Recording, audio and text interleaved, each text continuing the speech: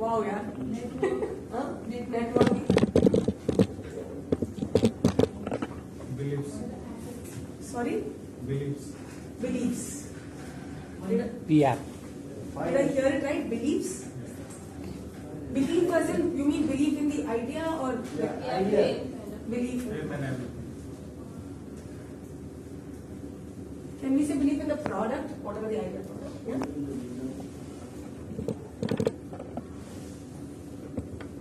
Yes, somebody said something else. Belief. PR.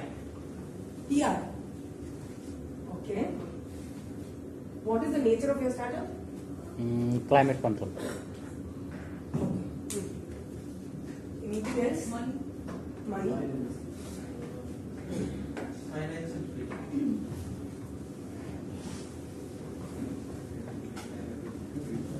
Okay. We'll stop here for now. I would say all of these would definitely start with people and the idea that you need both, right? You need an idea, you need people to execute it also. It's not enough if you just have a brilliant idea. And many good management books will tell you this, right? A brilliant vision without brilliant execution is useless. It's absolutely it's redundant, completely redundant. Nothing that you can do. If you just have a great vision and say that you don't have people to execute it, then it's going to be very, because there is no one man, one woman army that you can say, okay, I will do everything, I will do this. Then you won't be able to run them. It's not possible. Even if you take, say, Olympic athletes who are single, they compete in events where they're single. They need a coach. You need people around you to help you. Bare minimum, you need people who will give you feedback and you will give you the correct direction to move in. Right? So this is very important. One more strength is absolutely crucial, especially for startups. There is anybody who is, and it is not a tangible asset exactly. It's not. It's something like. Culture. Sorry. Culture. Culture. Work culture. Culture. Yeah, people are. Yeah, we can do culture also. Yeah. I would say okay. Culture. It's related to this, but there's one specific thing. Culture is important not just for startups. It's important for all companies, but very, very crucial for startups. Passion too, we already said. Believe in the product passion. Stupid mindset. Sorry? Stupid mindset. What mindset? Stupid mindset. Stupid mindset. I don't know how much of an answer that is. But okay, we will come to that slightly later. I will bring you all back to this as I present. I was hoping somebody would say it, so that's the reason I started. Okay. So first thing, the philosophy for any good people management team is that when you're building your team, it is not just important to get all the people. Right? You need to first get the right people in the right seats on a bus that you're going. And this is from the book Good to Great. If you all have time, do read it. One of the very well written books, especially for startups. And same, in fact, there was a sequel to this, it's called Built to Last, both by the same author. One of the books I respect, not one of the authors I really respect. See, it's very important to figure out where you want to go, but before figuring out, it's best if you have a good set of people, the right set of people to figure it out. For example, if you're building an IT company, you want to have somebody who's very well versed with technology. You want to have somebody who's very well versed with product. You want to have somebody who's very well versed with marketing. I can keep building, but I'm saying at least 2 to 3 people. You need somebody who are leaders in their own right before you are able to understand what kind of product to build, where you want to take it, where you want to go. Mostly people start with, okay, I want to get here, then I figure out getting everybody. It's not that you can't build a company that way. It can be built that way also, but great companies are generally built with first getting the right people on board. Because once you have the right set of people with the right bent of mind, especially for a startup, it's far, far easier to keep changing as things change. Because all of us will agree we live in a very UCA world. Things keep changing. There's so much of uncertainty. You need to be adaptable you need to be agile. That is the strength I was referring to. That as a startup, the biggest strength that you have is that you can change course faster than any other big company. Today, if Google or Amazon or Ford or whatever want to change course suddenly, it's like, they have a huge ship that they've already built and it's already running in the water. If they need to turn, it's that much more difficult. For you, it's like you're driving a car. You just need to change the steering wheel, you can. But the thing is, you need to know, you have say 3-4 other passengers in the car. Basically, you need to know that they are the right people that you want to take along with you in this journey. As important as it is to get the right people on the bus, you need to also get off the wrong people. Again, these things people don't do. There are a lot of experience I personally had also where even in bigger companies, right, you have a very toxic manager who is micromanaging, who is not letting people do things. Maybe he is individually performing very, very well or she is doing very well. But that person is allowed to be on the team, it pulls the team around down. Maybe people who have already worked would have experienced that. The person is being very toxic. Why is this person even here? Very demotivating to work with such people. You don't want to do that. You want to work with people who energize you, who will challenge you, yes, but challenge you in a way that doesn't make you feel lesser than them. Right? You want people who will, in your own schools, right, you all would have you all would have done some kind of group work, maybe a sports activity, maybe a class activity. You feel very nice when you're working along with people who get along, who challenge you, but at the same time you keep building on top of each other, right? Especially in the people and culture function, it's very crucial to get folks who will build each other up and not break each other down. Very, very crucial in startups. Because when you're going with a certain plan, you need a certain josh, a certain energy, and that is something that will help you work. All startups will work longer hours, very intense. You need the right energy for that. If that goes missing, it's very easy to just stumble down fast. I think the stats on how many startups start and how many succeed is not very encouraging for people who are looking at startups, but things that can help you get in right now, working with the right people, working on the right idea. Yeah? So, 3 simple truths to building a great company. When you're looking at it from a people angle, I'm saying. And I'm hoping all of you all want to build a great company and which will really last, right? Which will really last maybe 15, 20, 30 years beyond. And something where people talk about. Not because they should talk about you as an entrepreneur, but because they should talk about the product you built. Take simple products that you all use, right? Your mobile, it could be Uber, it could be Amazon, it could be whatever else, right? Every time I'm sure the founder is not thinking, oh, today people are thinking of me. It's like, oh, they're using my product. I'm actually solving a problem for the customer. That is what is exciting for an entrepreneur, right? So, first, begin with the who rather than the what. It will help you change course, adapt very, very quickly. If you have a team that has your back, you will have a team that is challenging you because they want to do great work. And the good part is this team should be a team that will always want the best. Want the best in the sense they cannot settle for anything lesser than what is perfect. They will keep aiming for perfection. They know that perfection is possibly just it's like the horizon, right? You can never go touch it and come. But they will keep moving towards that. Take a product manager who's very good. They won't look at building features like a feature factory. They will look at building features that actually solve a problem for the customer. Take your greatest security person, he will not bother if there are 1,000 things that are going right. He will be bothered about that one thing that could go wrong. That is the kind of person you want when you are building for your team.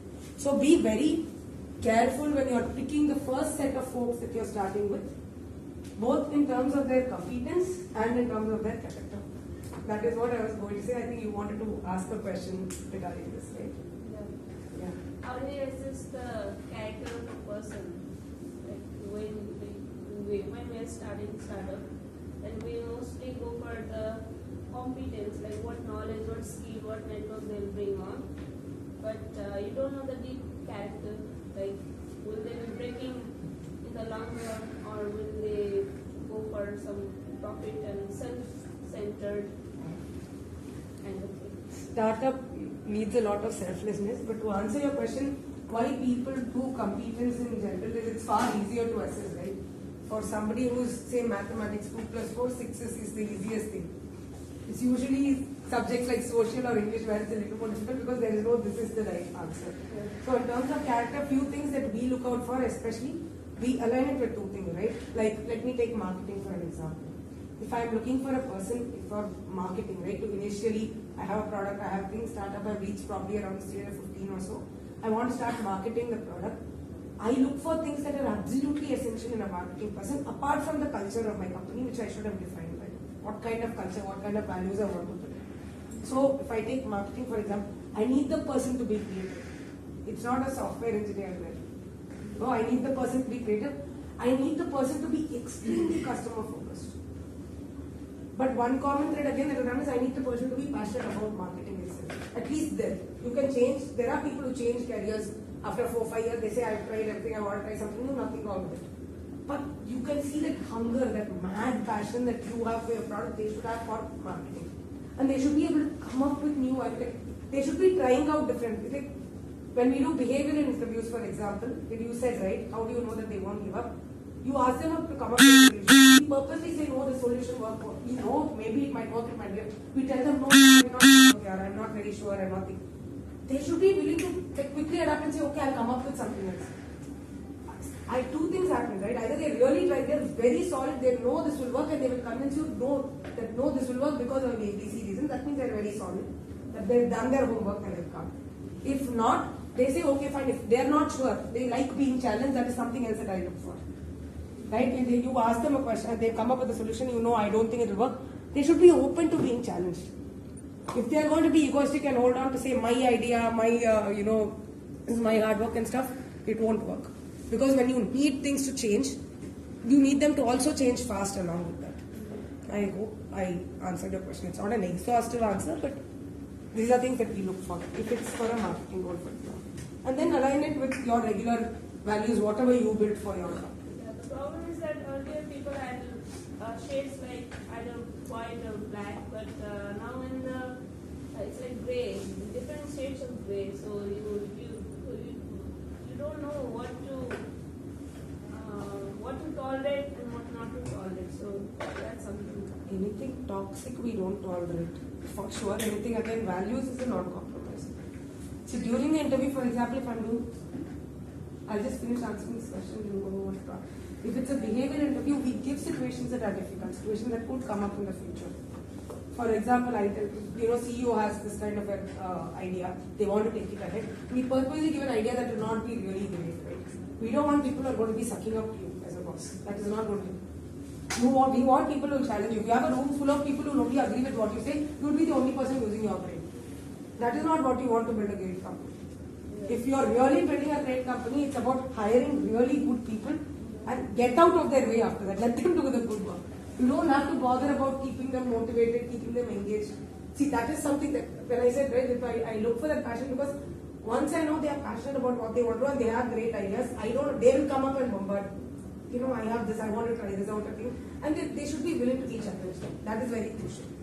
Because as entrepreneurs, we are all very passionate about our ideas. I think many of us would know, maybe all will know. Amazon started as an online bookstore, right? That's what they started off with initially. Once they realized, maybe no, this is not where we grow. We might be a good company, but they were a great company. They changed course completely. Look at where they are today. Not just Amazon, a lot of stories come up like that. They start off with something, and if they realize maybe they're not going in the right direction, the founders are willing to be challenged and they change direction. Fail fast is extremely crucial for a startup. If you're knowing you're not sure, there's no point pushing in a direction thinking it will succeed on some day, right? That's not the way you'll ever build a great company. You should keep challenging yourself. Am I really doing something right? Somebody told me that day. Sometimes I feel something is wrong with me. I don't remember who said that. Oh yeah. So that is something, right? You should keep challenging yourself as a founder. Am I doing something right? And there are people pointing out, trying to see if there is merit in what they are saying. In case there is genuinely something wrong with what you are doing, at least try to keep an open mind. Don't be that, it's not the gospel. You could be doing something wrong, and it's time you point a torch at your. It's not like that, right? Life is full of compromises. Talk to them sometimes. We have done this. In fact, when we've hired wrong people, sometimes we put them on this thing called performance improvement plan. We actually do it very diligently. We'll sit with them, we'll give them feedback, we'll tell these are the things you've done well, these are the things where things are not good. And we have seen people turn the table around completely also. That they would have been maybe at out of 100 if you expected that 300 and hired them, or 120 and hired them, but they are probably at 50, 60. We've seen people go from 60 to 120, 150 and like that also. Some people stay, those are the kind of people who say, okay, but even after repeated feedback, they're not taking it, they're not able to get the better version of themselves, and we say, I don't think this is the right alignment. Doesn't mean they can never have another job, or that's not the way it is, right? There is a fit. अगर jigsaw puzzle ले लेते हैं तो two pieces should fit together. Yeah, if you take a nut and bolt, that nut should fit that bolt. It doesn't mean the nut is bad or bolt is bad if the two are not fitting in together, right? It's a question of that match. If that match is great, fantastic. अगर match नहीं सही हो तो divorce कर दो भाई. It is better than living in hell with you're also not happy, they're also not happy. It doesn't make any sense. So this is very, very crucial, and this I think sums up to me what a good HR manager, a philosophical thing, right? This is what they should be doing at the beginning. Any questions until here? If you have, you can keep asking on the go. I will just carry on. Yes. What does typically HR management do at startups and even larger companies? I will share the slides. You don't have to necessarily note all this down. My slide I will share it. Huh? Sorry? We forget to download. No. If you want, you can take notes also. I'm saying you don't have to copy everything. I will anyway share it with you. So it's the strategic function that basically helps align your people and culture goals with business goals to maximize productivity. See, as entrepreneurs, more often than not, we are so busy with our own ideas, with how to build a product and things, that we forget that we are also human beings. हम भी machine नहीं है. We are also human beings at the end of the day. It's very crucial for us to focus on ourselves, focus on the people who are building the company, and invest time in them. That is exactly why you need a separate function for this. Because people are like, जैसे गाड़ी चलाते हैं, car को petrol चाहिए उसके लिए, it needs to be oiled, it needs to be serviced, it needs to be maintained, and that is after all just a machine. Car, scooter, जो भी है, totally machine at the end of the day, right? People need a lot more. They need feedback, they need motivation, they need incentives, all of that comes in. It's a lot more complicated when it's people. Later you can share the slides with them. Yeah, I told them already. He was taking a photograph. I thought. No, I said I will share the slides. It's not IP totally hai, I can share it. I told them. So it's fine. So, Saves you. yeah. So, it's absolutely important that you have you have a separate function that's investing in your people, doing what things you cannot do all the time as a leader. Because if you work with, say, good managers, mentors rather, I don't like the word managers, and you manage projects, you manage things that you mentor. So if you have a great mentor or a great coach, you will always find that they are invested in you. They want you to do better, and they are happier when you become better than what they could ever be. Right? I think recently there was this, the javelin throw person. Neeraj Chopra, yes. He said a lot about how the coach helped him. Right? I think the coach was a German, if I'm right. He said there was so much of motivation, and the main thing is the coach never said you have to, and there was no pressure in the house. The pressure, whatever was happening was he was self-motivated. He wanted to win. That's it. The pressure was never from the coach. Was telling him, okay, you can do it like this, you can do it like that. This is the right technique. What's up feedback? This is where you are going wrong. All this feedback will be given by the coach. Motivating you is not something, inspiring you, yes, the coach will do. Motivation to khud hona chahiye. That is not something that somebody can feed you with, right? So, this is important. The goals of a good people management function in a startup is to ensure that you are attracting and retaining the top talent.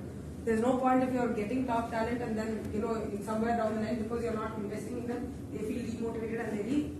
It's go hiring again, getting people again.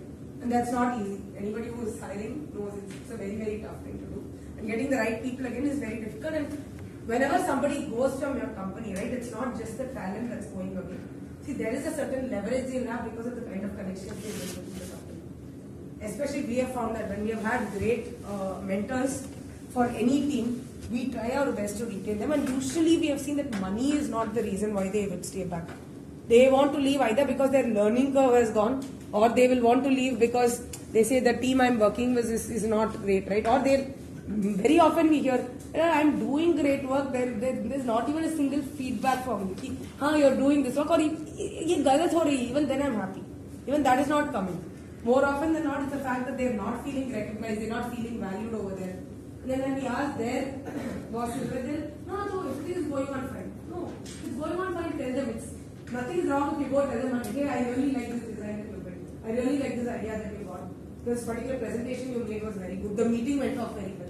Small compliments. It doesn't even take 10-15 seconds to give that compliment. But that boosts people, right? And they will feel motivated for हफ्ते में एक बार दो बार दे दो. If they've really done good work, just say it. It is the easiest thing to do. But it's the most forgotten. I'm not even saying compliments with respect to work, right? If you like somebody, they worn a good shirt, tell them, my shirt acha hai. People feel good about it, right? It's just positivity spreading at the end of the day. If that can be done, right, that is like feeding in petrol for a company. Motivation, inspiration, सब कुछ आ जाए अंदर से. Building a culture that powers business growth. Your culture should be very aligned with your values. It should be aligned with whatever product you are building. For example, here in the social impact sector, we were building robots for sanitation workers. So I need somebody who's passionate about uplifting the poorer people or the marginalized sections of the society. That is something that is very important for us. We had 6 sets of values, right? We had growth mindset, we had putting the organization first, selflessness was kind of built into that. All of these things you have to define early on, and you have to stick to those. Values at the end of the day are non-negotiable for you. It is not something that you would negotiate on. Value means it is something that is constitutional. That there is no 90% of a value may I satisfied. It is always a 100. There is not even a 99.9, and there is no compromise of the value at all. For example, we have integrity, somebody said, right, as a value. If somebody says I'm 99.99% honest, you're honest or you're not honest. There is no question of 99.99 in that. Very important is ensuring proper compliance with local laws. Here we have things like RPF, PT, ESI, regular labor laws that are there. All that have to be complied with. I'm sure you have things in Nepal also. You need to ensure that because those slap heavy fines, and one small incident somewhere, this went galat can, especially in industries which are very risk intense, like maybe or automotive or manufacturing, right? They have that machinery, should be operated like this. People can work only this many hours. It was there for us. If they work longer than that, and they all come with a reason, right? If people work longer, they are tired and they galti ho jati and there's an accident. It's not good. Because that's not, somebody loses a finger, you can't say, okay, I will just replace it. It doesn't work like that. So it's very essential that you are complying with your local laws. Investing in the right employees at the right time. This is absolutely crucial for retaining people in your company. If you, like I said earlier, you've worked so hard, you want to ensure that you've done good work, you've seen people talking about it. Performance management comes in. There is an appraisal cycle, and then your manager says, you did very, very good work. You want the person, you don't want to be asking, I want this much, I want that much. You want them to come and tell you, I feel this is your value. It's not like you will not negotiate at all, but you want them to come and recognize you for it. That feels very motivating than going and asking. After doing it now, you did all the work without being asked, and then you have to ask for the money. It doesn't feel very nice. So tell them that. And we have done things where, in some cases where they have done good work, the business didn't do that great. We had no option but to say that we can offer you ESOPs or we can do some other incentives. Cash incentive will be there, but it may not be at a very great level. Be honest about it.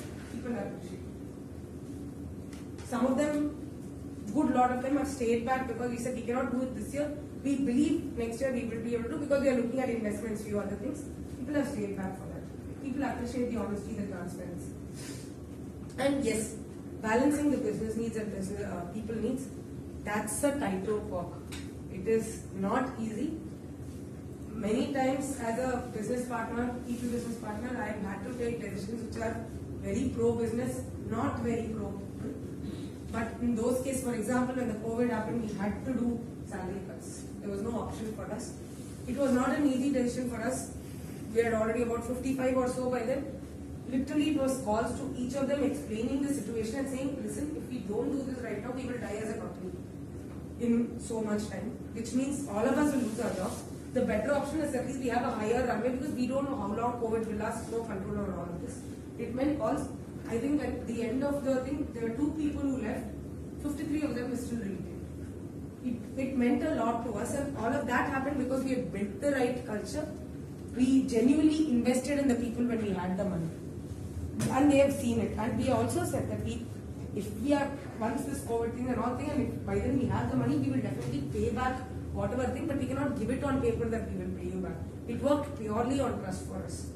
And finally, when end of COVID thing, we had orders from HUL, we had orders from Middle East, we were able to pay them back the money. But for that, you should have also built your personal brand that way as entrepreneurs, as a founder.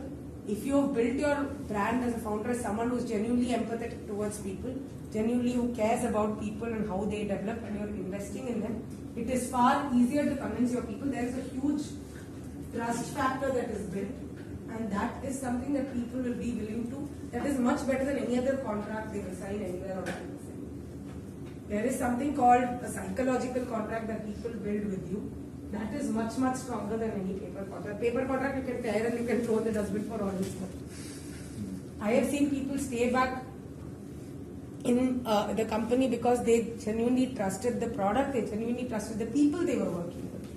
So this is what a good people function would do. We have just about half an hour left before the close of the session, but any questions until here? Sometimes the people literally want salary and the result is that because there is one salary and now See, when we do our salary discussions, increment discussions you're talking about, I'm assuming, or you're talking about the first time in IITM, increment discussion. So we usually have company-wide, we say this is what is, and we have been transparent about it.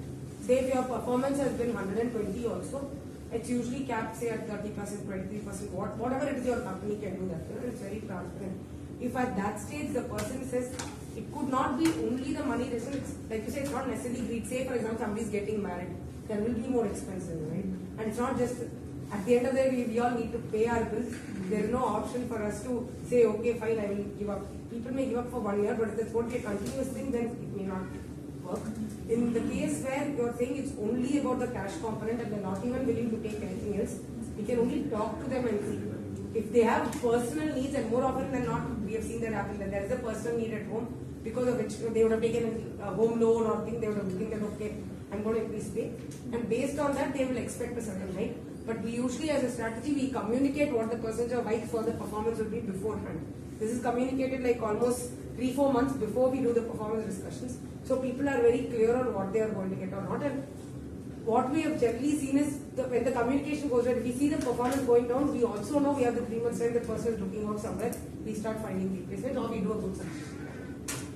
See, we don't, unless it is absolutely essential to have that person there, I try not to spike the hike things too much, otherwise your sheets will all look lamp and down. See, for example, if generally we are giving 30%, maybe 33, 35, we will go for something. It doesn't mean some one person will not, unless it's absolutely extraordinary thing and you absolutely have to reach it, you don't have that kind of person, very niche kind of roles, maybe 40%, but that's a complete run. But that doesn't mean that somebody will get, 50, 60%. That doesn't matter. The maximum hike generally happens for people who have done exceptional performance who probably came at a much lower rate. That we have seen a lot of startups, right? People are slightly junior in or just out of college, they work for a year or so. They join you, they say, I'm okay with getting, because I can take risks right now, I'm okay with that, I really like your idea. I'm willing to come at a slightly lesser pay, but once we start doing well, I want to be at market rate. It's a very fair thing. Those kind of things we will compensate. That there we won't look at this 23%, 30%. We'll bring them to market rate whatever it is. Who does the increment for HR, etc.? That's usually the discussion with whoever my higher ups. In case I was reporting directly to the CEO and many good friends also, so it was already too much. Cannot increase yourself, man. Huh? No. I wish that was the case, but no, that was never the case. This year I deserve Christmas 20% increase. You sign it yourself. No. That happens with even all the employees, right? See, we ask when we circulate the form one, we say what is the percentage because you have already circulated what is the percentage you are giving. Each person knows how they perform, and we always have this continuous feedback in performance. It's not that performance appraisal suddenly I know that time only that my performance was not good. Never the case. It was continuously I've been receiving feedback. Quarterly we do. We make them have at least minimum 1.5 hour discussion on what was the performance, what was good, what was bad, what is your, if say 5 is the best, where you have been. It is not to reduce it to a number but to give them feedback. And if the manager is giving 3, they have to justify why they are giving a 3. So वो 2 कहाँ गई? You can't just say नहीं बस 3 okay and then leave. Then see the sad part of a lot of performance reviews is that there's no transparency in money. If it's like your answer paper, imagine you've written maths paper and you come back and you're very sure कि boss मुझे at least minimum 90 मिलेगी. देख रहे हो paper में 70 आ गया, mark आ गई पर पता नहीं where मेरा और 20 कहाँ गायब हो गई. Then you're like wondering, right? All of us want our answer sheet back. Where did it? That's all of us have done that, right? Same thing. There is nothing very different. See, there is no rocket science with respect to HR management. It is all about being fair, being transparent. I think being authentic is the best thing you can do from a people team. Because that is what is your gum. If you can say that's the glue, one of the most important stickiness factors for your company. Ma'am, what is this? Let's say my company has like 3 months of runway, and if I let's say I see the thing that we don't have the revenue, we don't have the runway. If I see a rate to the team, and then maybe like they do start starting. So, what do you think on this? Like, should we be sharing those critical information as well to the team? Why do you wait till until then? See, as a founder, my expectation is that you have a clear plan for at least 18 months. Because, see, one thing which every employee wants is, I need my salary coming. And that getting delayed even by 2 days unsettles people a lot. It unsettles people a lot. So, we have been very transparent at every town hall that we conduct, right? Are all of you aware of what town halls are? Like monthly meetings. It could be monthly, quarter, depending on the company size. But we give, in many of the cases, we have given the basic financial information, not the nitty-gritties of the financial information of the company. We tell them this is where we are doing well, we are not doing well, we are breaking even.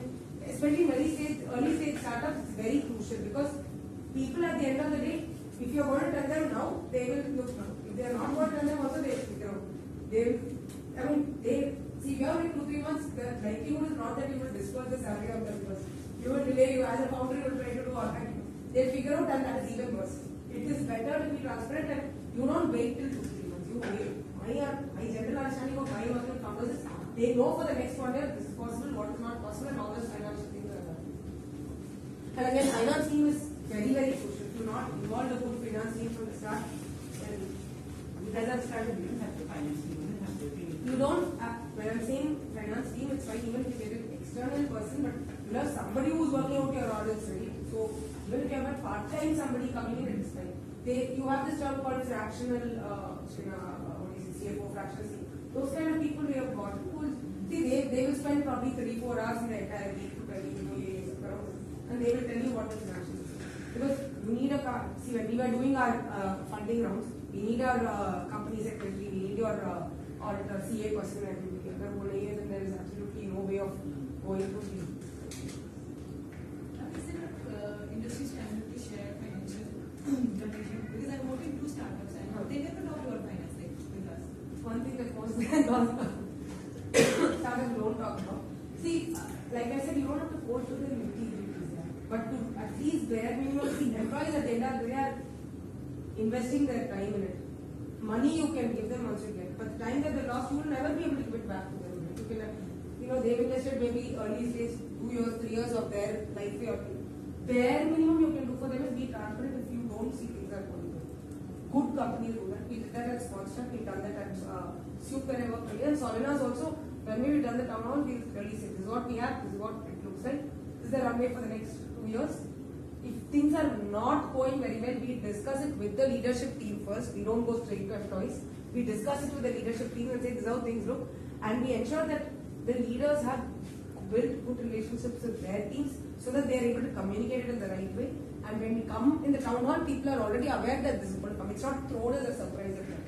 Okay, boss, it's looking like this right now. It's simple like your family finance only. When you run your family finance, agar you feel like nahi this month thoda zyada bachana hai, you would let your kids know. We do that with our children, right? We tell them that. Boss, this year it's going to be, this month it's going to be a little tight. You know, we're not going to get your pocket money or we're not going to be able to spend on this holiday or whatever. They are pretty transparent about it. Yeah. And the good thing is when you do that, right, people are more careful on what they spend also. When you've already told them that, boss, we are a little thing, people want, instead of booking a 5-star hotel, they'll probably book a regular hotel or something. Or instead of taking a third class AC ticket, they would say, okay, fine, I don't mind traveling AC. But we see people come up and do it. They respect the fact that you're transparent. And we also give guidelines. See, this is what we are okay with. This right now we are not okay. We are very, very okay. Yeah. Like, how to hire the right SR and what are the qualities that we need to do in the right SR? Good question. Difficult. Difficult to answer. See, when I hired for my team, I don't mind compromising on if they don't have the right degree, the right skill set. That's all still buildable for me. But especially for some of people I'm right, I can't just say people are passionate because everybody has passion for something that they do. But selflessness is absolute key for me. When you're hiring somebody for just your first people function, right? They need to be passionate about the business that you are in. Like I was very passionate when I joined Solina's. I really like the product that you're building. I believe I want to like people who are in the gutters. I don't want them going into the sewer. The reason why that's important is I am going to be selling this to a candidate later. If the passion in my voice is not being heard by that candidate, they will not be bought on them. If I myself am not passionate about what I am doing, how will I sell that to somebody else, right? I don't believe in the product. So that belief in what you are doing is absolutely crucial. The vibe between you, because I check for that as a candidate, right? That I'm very comfortable working with the CEO or the CEO, whoever is there, because at the end of the day, I'm not going to be. I hate ego wars. I can't stand ego wars. If people do that, it becomes okay. Who is right rather than what is right for the company, what is right for them. So it's crucial that you're able to have tough conversations. Disagreement, we should be open about having a disagreement. You should not be like, yeah, okay, fine, because you're the CEO, I agree with you, I agree with you. That doesn't work. And they will never challenge you. And I want somebody who will stand up for the team at the end of the day. At the same time, if the business needs it, they should be able to communicate tough business decisions to the people in the right way. They should be transparent, but so how do I put it? Okay, let me put it this way. Somebody comes and you're wearing a particular kind of dress which I don't feel is looking very good or it's not very appropriate. Then what is this wear? How can you even dress like this? That is also transparent, that's also honest for me. The other way is, hey, I don't think this is a very appropriate dress. Why don't you try dressing this? This is also honest. I think all of us will agree which one is nicer, which one is the better way to say. And that is something generally people in the people field should be skilled at. Putting people in the right manner, because the idea is to correct that behavior, not to make the person feel bad. See, when you scream at somebody or when you're putting people down, the negative emotions will remain, but not what is the message that you send. It's very difficult. It takes a lot of maturity for people to be able to samjho ki my mother has screamed at me. It is because she cares a lot. I will think of it like, okay, fine, she cares only. I will take the message, I will leave out the shouting. Had it been my manager or my colleague, the screaming will remain. It will not be, maybe they said it with the best intent. There is this concept called radical candor. If possible, do Google it. Very, very important concept. How do you put things honestly, empathetically, yet very, very candidly? You're not sweet, you're not sugarcoating it. You're telling them things as is, but you're telling it with the heart of care, not with the heart of making people.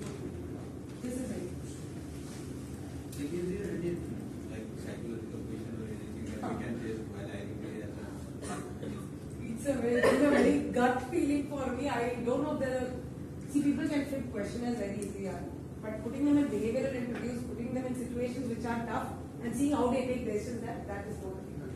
You think of potential situations that could come up in your startup, right? Difficult situations, and you give them like a case study and say, how would you handle this? Because that is difficult for people. You can't just say yes, no, and take it and go, right? You actually have to answer, and it's no one is that good at acting. 24/7 they will keep acting. It's not possible.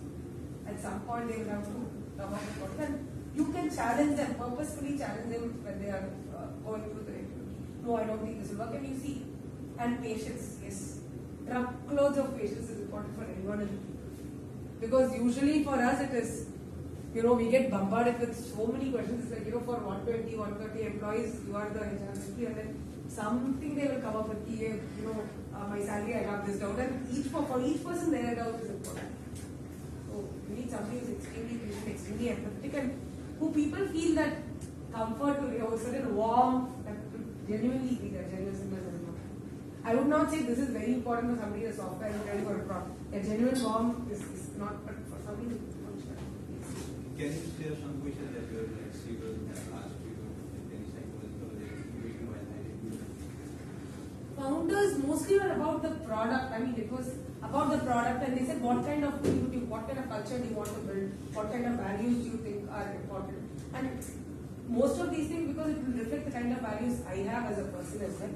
They also said any tough situation that I have handled in my earlier company, so that you understand how they have navigated. Again, these things you can't suddenly build up. You should have already done it. You can't randomly just build something out of your head. Difficult to answer the question if you already actually been there, done it. It's like if I ask you, have you ever traveled to Madurai? You can't say, yeah, I've traveled, I've seen it. You should be able to describe it. If you've not done it, you can't suddenly invent something. It's absolutely not possible. Do you think behavioral questions work, like putting situations that they imagine you are in this situation, how would you do?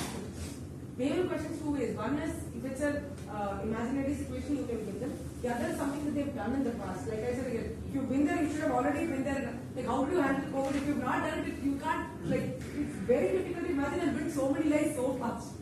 Nobody is that good. And you can make out very easily that after some time they have to think also. No, it's not a one they can say something.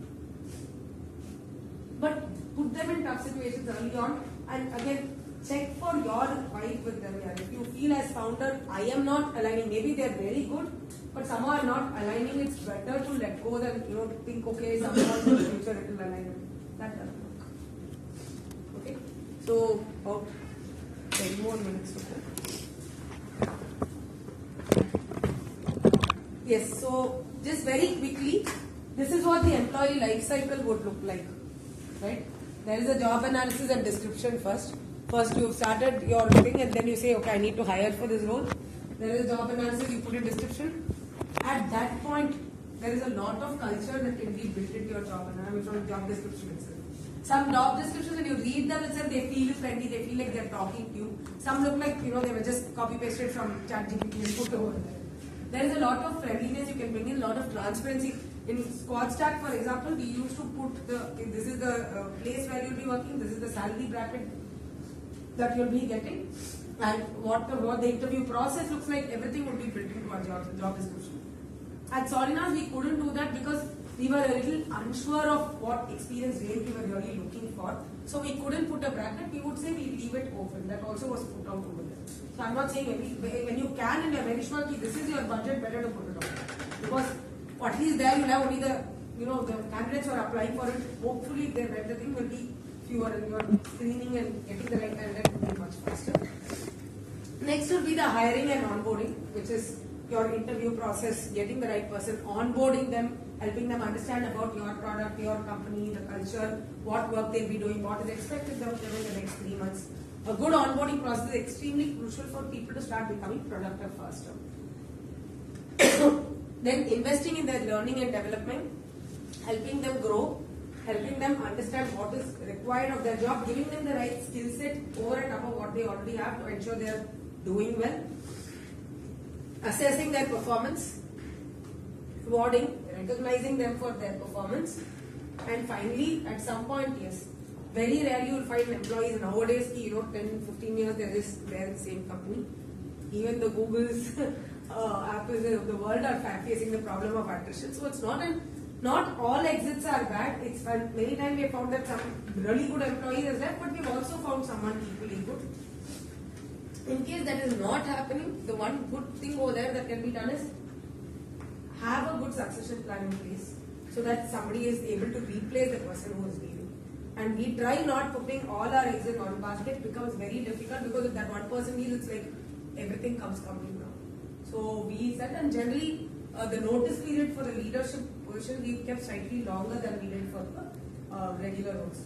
Because if you say, for example, regular roles it's 1 month or 1.5 months, notice period for the leadership role would be 3 months because we need to replace and if you have had good relationships with those people, you find that those people tell you early on.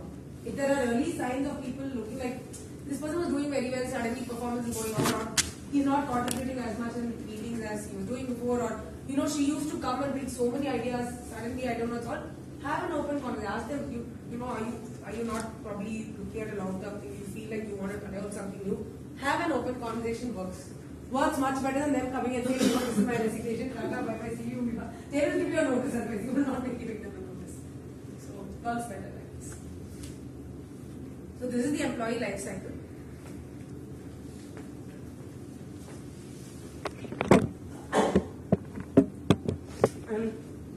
I have an activity which I want to do in the second half of the session, in the afternoon. I have this case study here, which I will also share. Maybe Prashant can help with sharing with everyone. So, you all can go through this activity. You can go through this case study, I will let you all know what activity exactly we will be doing when we come in the second half. So, I will pause here for now. If there are any questions that anyone has, we have about 5 minutes. I'm happy to take the questions. Oh, well, you sleep properly. I'm feeling so bad. You didn't sleep